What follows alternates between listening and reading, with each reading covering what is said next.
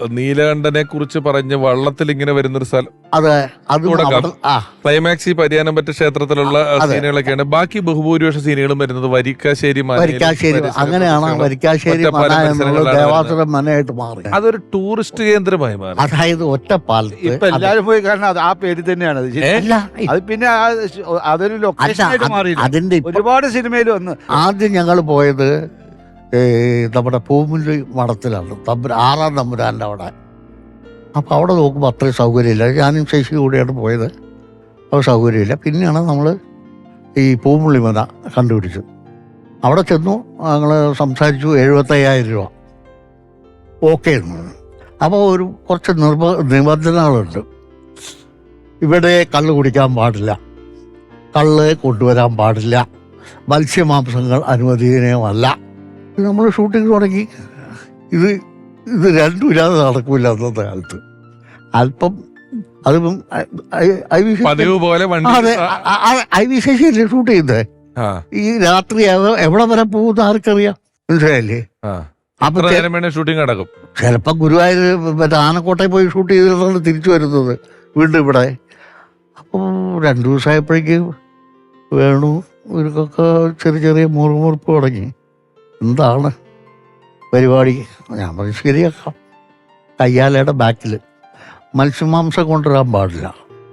അപ്പം ഞാൻ ആദ്യം മുട്ട ചോറിലിട്ട് കൊണ്ടുവരാം. അപ്പം ഇതിന് എല്ലും മുള്ളൊന്നുമില്ല. ഒരു 2 ദിവസം കഴിഞ്ഞപ്പോൾ ഞാൻ പറഞ്ഞു ബീഫ്, അതിനും എല്ലില്ല, കംപ്ലൈൻ്റ് ഇല്ല. ഫീലിംഗ് കിട്ടും. അതെ, ഇടയ്ക്ക് വൈകുന്നേരമാകുമ്പോൾ ഇവർക്ക് ഒരു ഉണർവ് നമ്മൾ കൊടുക്കും. അപ്പൊ അത് കൊടുക്കും. അപ്പൊ അത് കൊടുക്കും. അതെ, അപ്പൊ അത് കൊടുത്ത സുഖമായി, കുഴപ്പമൊന്നുമില്ല. അപ്പൊ നമ്മൾ ഷൂട്ടിങ് അവിടെ സുന്ദരമായിട്ട് നടക്കുന്നു. എല്ലാവരും ഉണ്ട്, ഒരു ജോളിയാണ്. അപ്പൊ ഞാനവിടെ നോക്കുമ്പോൾ മുറ്റത്തൊരു നല്ല മാവാണ്, നല്ല മാങ്ങ, ഒട്ടുമാ ഇപ്പോഴും അതുണ്ട്. ഞാൻ ഇടയ്ക്ക് അതൊന്ന് പൊട്ടിച്ചിട്ട് വെറുതെ ഇരിക്കുകയല്ലേ, പിള്ളങ്ങൾ കൊടുത്തിട്ട് അത് കീറി മുളക് പൊടി ഉപ്പിട്ട് നല്ലോണം കുക്ക് ചെയ്യും. അത് ചെയ്യും. അത് കഴിഞ്ഞ് പിന്നെ ഈ പിന്നില് മുരിങ്ങ നിൽപ്പുണ്ട്. ആ മുരിങ്ങയില പറിച്ച് ഞാൻ കൊണ്ടുപോകും. മെസ്സിൽ കൊണ്ടുപോയിട്ട് ഞാൻ പറയും തോരൻ ഉണ്ടാക്കുന്നു, തേങ്ങയൊക്കെ ഇട്ട്. അപ്പോൾ ഇതൊക്കെ നടത്തിയാണ്. അപ്പോൾ ഇതിൻ്റെയൊക്കെ റിയാക്ഷൻ എനിക്ക് പിന്നീടാണ് മനസ്സിലായത്.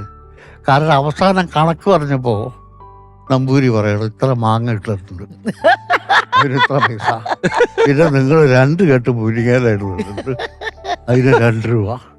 ഇതെല്ലാം തരാം എന്ത് പറയണ അമച്ചനായിട്ട് പാടത്തെ 4 ഏക്കർ വിറ്റ പോലെ വിൽക്കേണ്ടി വരും കേട്ടാ. തരാം. അങ്ങനെയാണ് നമ്മളവിടെ ഷൂട്ട് ചെയ്ത്. പക്ഷെ ഇപ്പം സീമച്ചേച്ചി പറയാം, ഞാനവിടെ മീൻകറി വെച്ചിട്ടുള്ളത് ഇത്രയും നാള് ഇതൊന്നും വെളിപ്പെട്ടിട്ടില്ല കേട്ടോ. ഇതിനൊന്നും എനിക്കിതിൽ ഉത്തരവാദിത്വം